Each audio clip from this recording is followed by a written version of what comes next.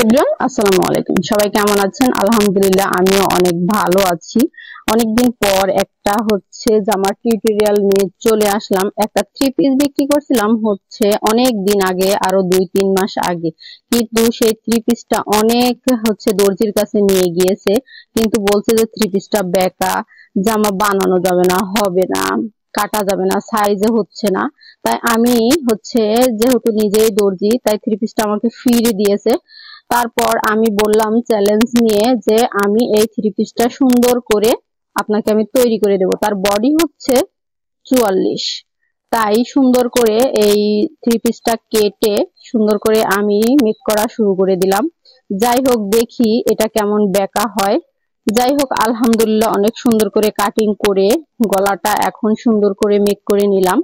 নেয়ার পরে দেখি যে এই জামাটা বানানোর পরে কতটা সুন্দর লাগে। যেহেতু দর্জি কাজ এমন একটা নিখুঁত একটা কাজ, যেহেতু একটা কাজ যদি মন থেকে মন দিয়ে করা যায় তাহলেই কিন্তু সেই জিনিসটা অনেক সুন্দর হয়।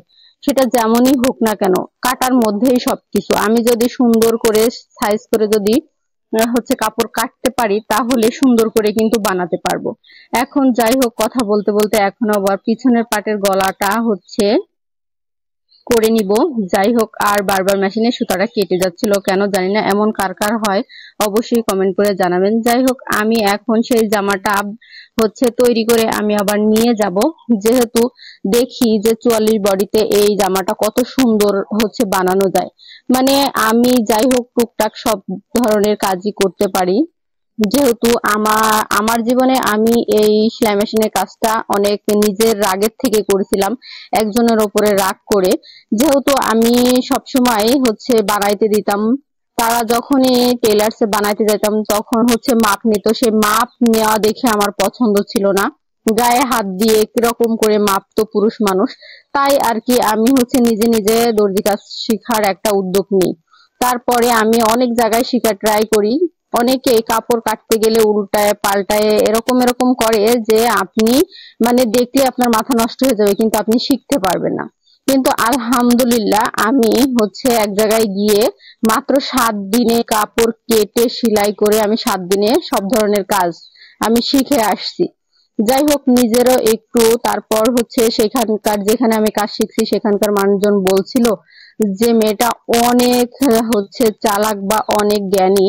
যেহেতু মাত্র 7 দিনে কিভাবে কাপড় কেটে কাপড় সেলাই করে সে আবার চলে গেল। যাই হোক, অনেকে বলতেছিল মানুষ 3 মাস 4 মাসেও কাজ শিখতে পারে না, আর আমি মাত্র 7 দিনেই কাজ শিখে গেছি।